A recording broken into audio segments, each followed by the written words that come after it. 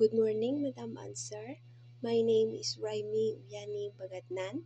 I'm 33 years old. I'm a high school graduate. I'm a Christian. I have two children, one daughter and one son. Ages 15 years old and 4 years old. My work experience: work in Kuwait almost 4 years. I serve 3 members of the family, 2 adults and 1 children. My main duties are: first priority, taking care of the children, cooking, cleaning, washing the clothes, and ironing. My second experience here in the Philippines: good for 1 year.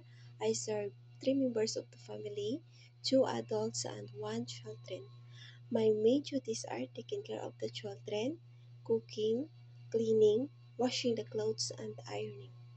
To my future employer, please hire me, trust me for everything.